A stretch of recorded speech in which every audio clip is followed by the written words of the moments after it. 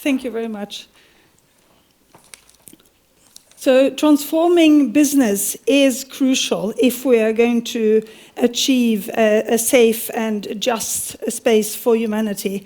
And company law, although that might come as a surprise to many of you, is actually really important in that context. So that is what I'm going to speak about here today, how planetary boundaries is relevant to company law and vice versa.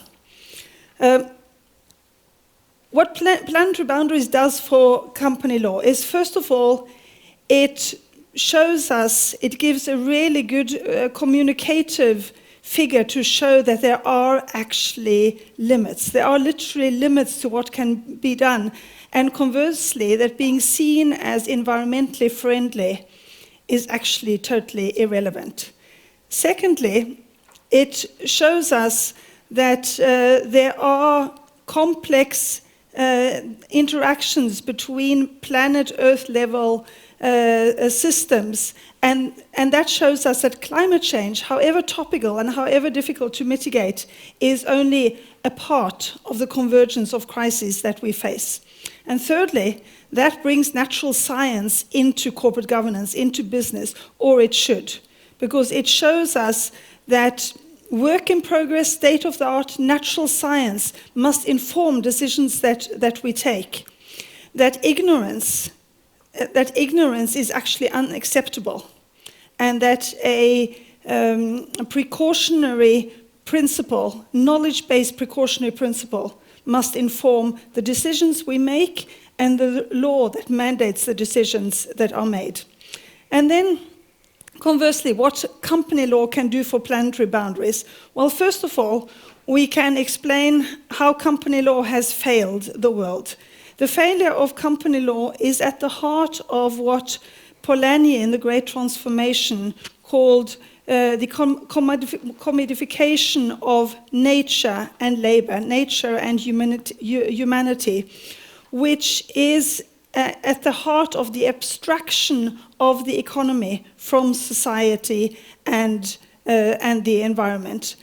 Company law has failed in this extremely destructive way, not by what it does. Company law doesn't say to business that you must maximize returns for investors, never mind the rest of the world. Company law doesn't say anything at all generally about the purpose of the company and how boards should run companies, but because of what company law doesn't say.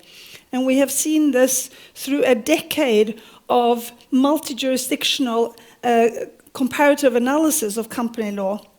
Because of what company law doesn't say, it has allowed the social norm of shareholder primacy to take over that space, to tell companies, to tell board members, to tell CEOs that your duty is to maximize returns for investors. And that is all that you should think about. That social norm is so strong that it has become a legal myth, together with that of shareholders owning companies, which they don't. So that is how company law has failed the world. And then what company law can do is redeem itself.